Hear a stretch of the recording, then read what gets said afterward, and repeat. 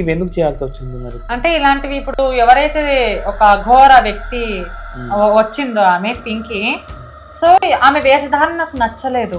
So so తన పేరు అసలు పేరు పింకీ, అసలైన పేరు శ్రీనివాస్. వాళ్ళ అమ్మ వాళ్ళని చెప్పారు. ఒక జోగిని వ్యవస్థ ఒక కమ్ముడు పింకీ అని తెలుసు అని అట్లా. సో నాకు ఎక్కడో నాకు తేడా కొడుతుంది.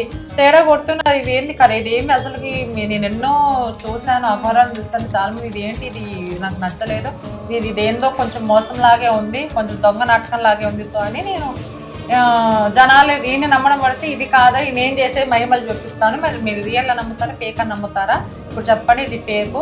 ఇలాంటి బురుడి బాబాలు మొన్నటి వరకు ఒక నరసింహస్వామి పైలోకి వచ్చాడని ఒక బాలుడు, ఇప్పుడేమో ఒక మొన్నటి వరకు ఒక నాగకన్య, నేను నాగకన్య అని. సో ఇలాంటివన్నీ ఒక్కొక్కరు పుట్టుకొస్తున్నారు. సో ఎందుకు పుట్టుకొస్తున్నారు? మన తెలంగాణలో కానీ ఏపీలో